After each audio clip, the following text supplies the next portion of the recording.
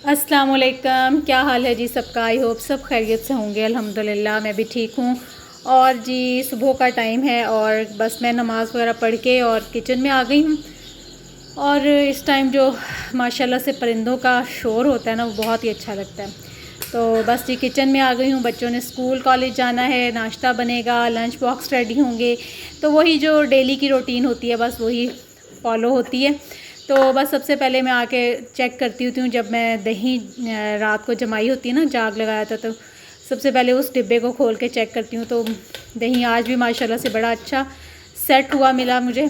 तो जिस दिन दही बड़ा अच्छा मिल जाता है ना, जम जाता है सही, तो बड़ी मुझे ना खुशी होती है। तो बस फ़ौरन से मैं इसको बस फिर फ्रिज में रखने वाली करती हूँ। और ये देखें मेरे फ्रिज की हालत भी काफ़ी ज़्यादा ख़राब हुई हुई है। और ख़राब तो खैर मतलब साफ़ तो मैं करती रहती हूँ, लेकिन बस डिब्बे वगैरह जब एक्स्ट्रा जमा हो जाते हैं ना, तो फ्रिज में ऐसे लगता है जैसे बहुत ज़्यादा भरा हुआ हो। तो फिर बस जी यहाँ पे जी मैं बना रही हूँ फिर बच्चों का ब्रेकफास्ट भी और लंच बॉक्स भी। तो मैंने कहा चलें आज इन्हें फ्रेंच टोस्ट बना देती हूँ ब्रेकफास्ट के लिए। तो वैसे तो बच्चे बहुत मुश्किल से ब्रेकफास्ट करते हैं, मतलब खाने का नाम ही नहीं लेते। सुबह को बच्चों का दिल ही नहीं कर रहा होता। मेरे बच्चे तो ऐसे ही करते हैं। तो यहाँ पे ये मैं ना वनीला एसेंस थोड़ा सा डालने लगी थी, तो ये जो कैप है ना वही बीच में जा गिरी। तो खैर अंडों का भी ये सीन है कि अंडों का ना अजीब सी अंडों में से स्मेल आती है। तो मैं जब भी ये बच्चों को मीठा अंडा या फ्रेंच टोस्ट बना के दूँ ना, मैं थोड़ा सा उसमें वनीला एसेंस ज़रूर ऐड करती हूँ। उससे फिर ये होता है कि थोड़ा सा टेस्ट भी चेंज हो जाता है और खुशबू भी थोड़ा आने लग जाती है। तो खैर जी मैं बात कर रही थी बच्चों के सुबह के, जो सुबह की रूटीन होती है ना ब्रेकफास्ट की, कि बच्चे सुबह को बहुत मुश्किलों से खाते हैं। छोटे बच्चे तो बिल्कुल ही नहीं खाते। इवन के सलार को मैं बहुत कोशिश करूँ तो बस वो एक स्लाइस छोटा सा पीस से एक दो बाइट वो बहुत मुश्किल से लेगा, वरना तो उसकी कोशिश होती है कि किसी तरह से बस मुझे ना ही खाना पड़े। तो ये मैंने जितनी भी मतलब काफ़ी मदर से मैंने सुना है कि ये बच्चों का ना सुबह को प्रॉब्लम होता है कि बच्चे खाते नहीं हैं। तो बस ये क्या कर सकते हैं अब। कुछ ये है कि बच्चों की रूटीन भी कुछ ऐसी हो गई है। जब छुट्टी होती है ना, छुट्टियों के दिन होते हैं, तो बच्चे लेट उठते हैं और फिर लेट उठ के नाश्ता करते हैं। तो स्कूल में भी ये होता है कि जब ब्रेक टाइम होता है ना 10-10:30 तक, तब बच्चे जो होते हैं ना उस टाइम तक बच्चों को भूख लग जाती है, फिर वो खा लेते हैं। तो यहाँ पे जी बस बच्चे स्कूल चले गए, नाश्ता वगैरह दिया, लंच बॉक्स दिए, और मैं इसके बाद जी अपना जो है ना वो नाश्ता मैं लेके बैठी हूँ।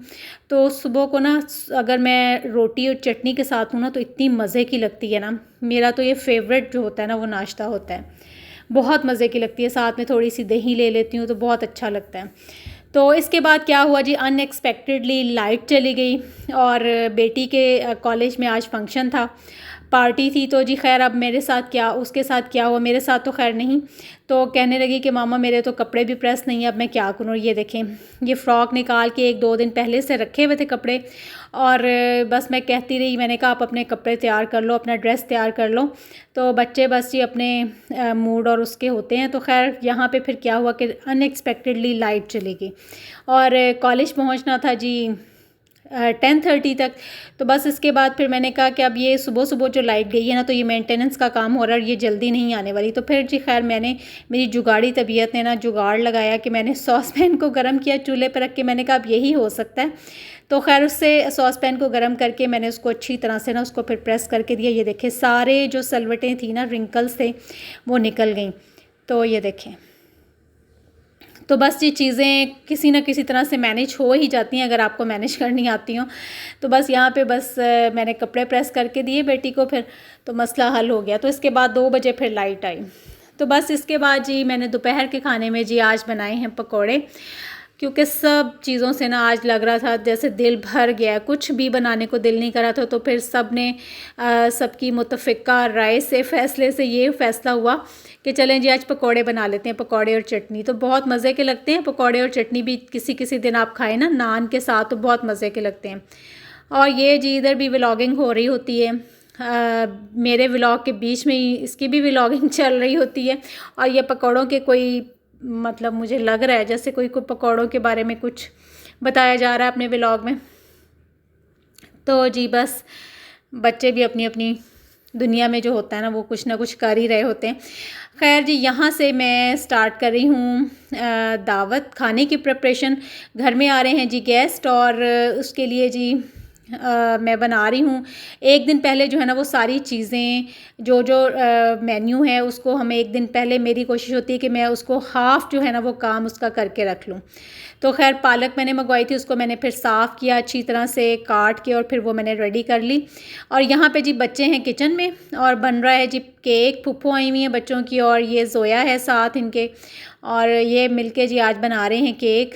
और ये देखें, अब पहले शुगर और ऑयल को मिक्स किया अच्छी तरह से। अब इसमें जाएंगे जी अंडे, ये देखें।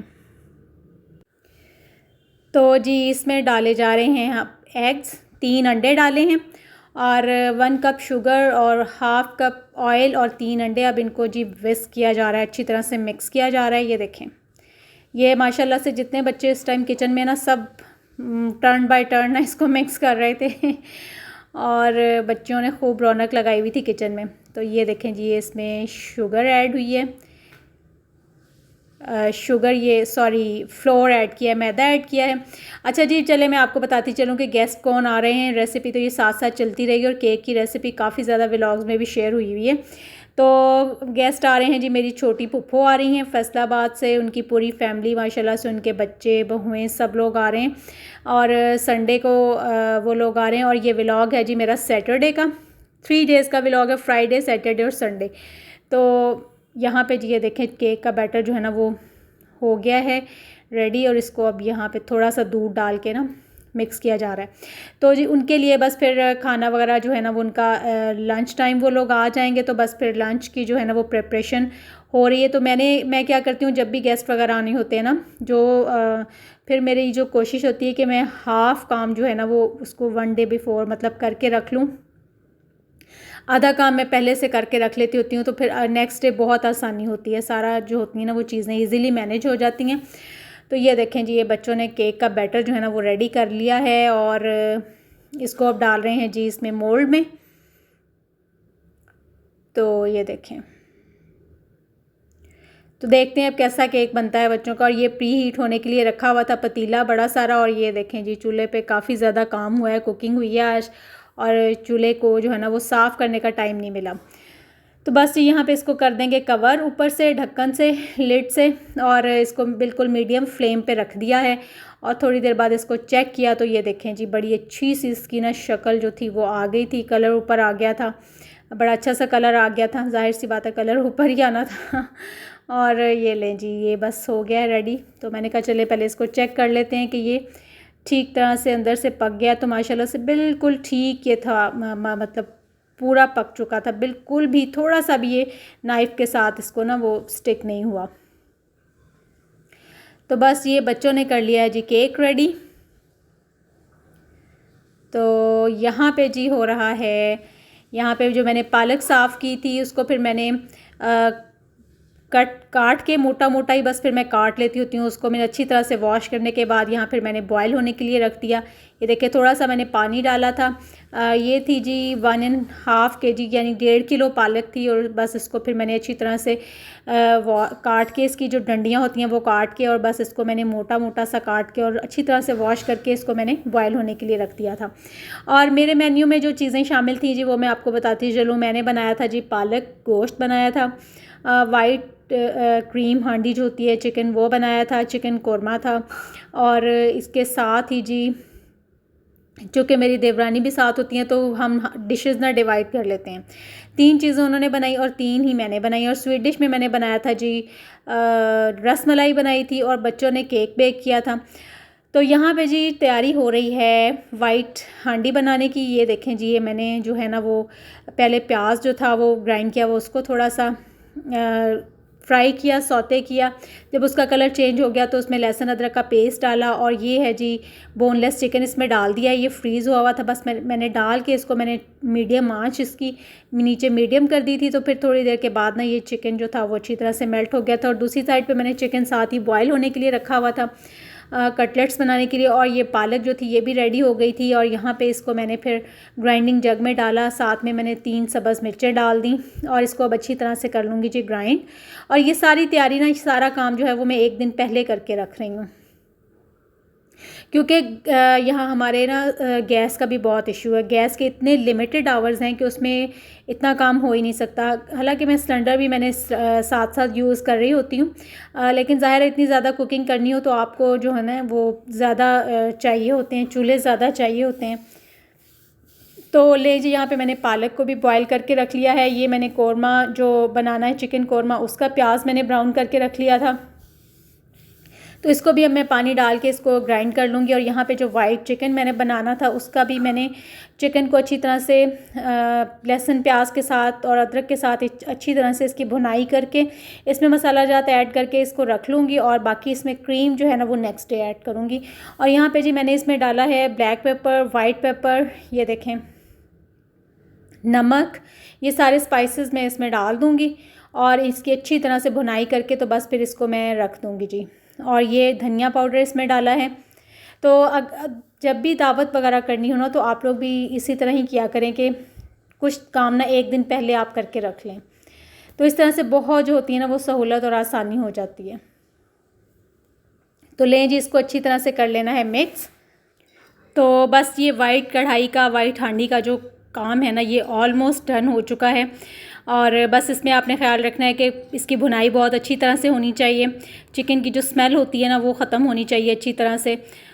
और बस इसको अच्छी तरह से मिक्स करने के बाद, मसाला जात स्पाइसेस वगैरह डालने के बाद, तो बस जी इसको मैं, इसमें जो लास्ट इसका काम होता है वो इसमें क्रीम ऐड करनी होती है। तो क्रीम तो जब सर्व करनी होती है ना तभी ऐड करते हैं। और इसमें यहाँ पे मैं ऐड कर रही हूँ जी दही। और बहुत ही आसानी से और बहुत कम इंग्रेडिएंट्स के साथ वैसे ये बनने वाली है। वाइट कढ़ाई जो होती है ना इसमें बहुत कम इंग्रेडिएंट्स यूज़ होते हैं और जल्दी से बन भी जाती है। तो बस इसमें टोटल जो चीज़ें ऐड हुई हैं, इंग्रेडिएंट्स हैं, वो ये हैं कि कुछ मैंने थोड़े से खड़े मसाले डाले थे, प्याज, लहसुन, अदरक का पेस्ट, टमाटर इसमें मैंने नहीं डाले, और दही डाली है, नमक, काली मिर्च और सफ़ेद मिर्च और ज़ीरा पाउडर डाल के मैंने इसको अच्छी तरह से भुनाई कर ली थी। तो बस यहाँ पे ये देखें, मैं नेक्स्ट डिश की तैयारी कर रही हूँ। यहाँ पे कुकर में मैंने डाल लिया है जी, थोड़े से मैंने खड़े मसाले डाले थे पहले, बड़ी इलायची, बादियान का फूल, लौंग, और ये चीज़ें पहले मैंने ऑयल में डाली। इसके बाद जी मैंने इसमें डाला है 1 मीडियम साइज़ प्याज जो था वो स्लाइसेस में कट करके डाला, लहसुन अदरक का पेस्ट डाला। जैसे ही प्याज थोड़ा सा, प्याज़ों ने कलर चेंज किया तो मैंने इसमें ऐड कर दिया जी लहसुन अदरक का पेस्ट, और इसको अच्छी तरह से मिक्स करके, तो बस इसके बाद फिर मैं इसमें ऐड करूँगी जी, ये देखें, ये मेरे पास गोश्त है, मीट है बकरे का, बोनलेस है ये, तो ये मैं इसमें ऐड कर रही हूँ। और इसको जी अच्छी तरह से यहाँ पे इसकी भी अच्छी तरह से भुनाई करनी है। अच्छा, मैंने बहुत कोशिश की कि मैं पूरी रेसिपीज़ जो है ना वो रिकॉर्ड कर लूँ, लेकिन नहीं हो पाया ना। तो जो मैं पहले दिन मैंने कर लिया ना, हाफ़ काम जो मैंने करके रखा वो तो मैंने बना लिया, लेकिन जब उनको फ़ाइनल टच देने का टाइम आया नेक्स्ट डे, तो जिस दिन गेस्ट आने थे, तो फिर उस दिन तो बिल्कुल ही टाइम नहीं मिला, क्योंकि घर में और बहुत सारे काम होते हैं, तो भागम दौड़ लगी होती है। तो बहुत मैंने कोशिश की कि मैं पूरी रेसिपीज़ शेयर करूँ, सब चीज़ें बहुत मज़े की बनी थी, लेकिन अनफॉर्चुनेटली ये हुआ कि मेरे से पूरी रेसिपीज़ रिकॉर्ड हो ही नहीं पाई। खैर जी, यहाँ पे जब लहसुन, अदरक और प्याज सब कुछ मैंने डाल के, मीट डाल के अच्छी तरह से भुनाई कर ली, गोश्त की अच्छी तरह से भुनाई की, तो फिर मैंने यहाँ पे ड्राई स्पाइसेस जो थे ना वो ऐड कर दिए थे, जिसमें नमक, काली मिर्च और नमक, रेड चिली पाउडर, धनिया पाउडर और हल्दी थी, बस ये था। अच्छा जी, इसमें आपने जब चिकन इसकी गोश्त की भुनाई करनी है तो बहुत अच्छी तरह से करनी है, और इसमें आपने ना सब्ज़ इलायची जो है वो ज़रूर डालनी है। तो ये मैं बना रही हूँ जी पालक गोश्त का सालन, जो बनाना है, जो देगी स्टाइल पालक बनती है ना वो बनाई मैंने, और यकीन करें सबको बहुत पसंद आई। तो जी फाइनली यहाँ पे जो है ना वो दोपहर का जो गेस्ट आ गए थे और यहाँ पे खाना जो है वो रेडी हो चुका है। ये चिकन पुलाव बनाया है जी मेरी देवरानी ने, बच्चों की चच्ची ने। ये पालक गोश्त मैंने बनाया था, बहुत मज़े का बना था, लेकिन वही बात है कि रेसिपी मेरे से पूरी नहीं शेयर हो पाई।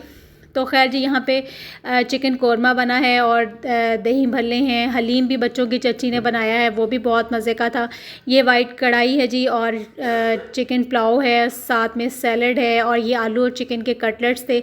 तो ये है जी हमारा फाइनल टेबल खाना लग चुका था, गेस्ट भी आ गए थे और बच्चों ने जो केक बनाया था वो भी कट करने का उसको टाइम आ गया, तो ये भी बहुत अच्छा बना था। बस वही बात हुई कि टाइम इतना कम था कि पूरी रेसिपीज़ नहीं शेयर हुई ना मेरे से। तो इंशाल्लाह नेक्स्ट टाइम जब भी हुआ ना तो पालक और गोश्त की रेसिपी मैं आपके साथ स्पेशल शेयर करूँगी, क्योंकि ये बहुत मज़े का बना था, सबको बहुत पसंद आया था। तो यहाँ पे जी फिर मेरे छोटे भाई हैं, वलीद फुप्पो के बेटे हैं, वो उनकी अपनी प्लास्टिक की फैक्ट्री है और फिर वो हमें कुछ गिफ्ट्स भी दे के गए थे। ये देखें प्लास्टिक के छोटे छोटे से बड़े क्यूट बच्चों वाले जो हैंगर्स होते हैं ना, ये वो हैं। और ये जो प्लास्टिक के मग होते हैं बाथ के लिए भी यूज़ कर सकते हैं, मल्टीपर्पज़ होते हैं। तो ये देखें ये बड़े अच्छे थे। और सबसे बड़ी मज़े की बात ये है कि मुझे ना सबसे अच्छा ये मसाला बॉक्स लगा और इसको आजकल इसकी तलाश में थी कि मैं ना अपना मसाला बॉक्स चेंज करना था मैंने, तो इसको देख के ना मुझे बहुत खुशी हुई और मेरे दिल से वलीद के लिए दुआएं निकली। और ये है जी सलार का लंच बॉक्स, ये भी मैं लेने की आजकल में थी कि मैं लंच बॉक्स भी मैंने सलार का चेंज करना था। तो ये दो चीज़ें तो वाकई में मुझे बड़ी ज़रूरत थी। तो खैर जी उनका भी बहुत बहुत वलीद का शुक्रिया, इतने अच्छे वो हमारे लिए गिफ्ट्स लेके आए। ये देखें जी ये प्लास्टिक का ऑर्गेनाइज़र है, इसके भी बहुत काम का होता है, काम देता है ये भी। तो इसका फिर मैं आपको दिखाऊंगी कि मैंने इसको कैसे यूज़ किया। तो बस जी इसके साथ ही मुझे दें इजाज़त, अपनी दुआ में याद रखें। व्लॉग को यहाँ पे करती हूँ एंड, इजाज़त दें, जल्दी से चैनल को सब्सक्राइब कर लीजिए। अल्लाह हाफिज़।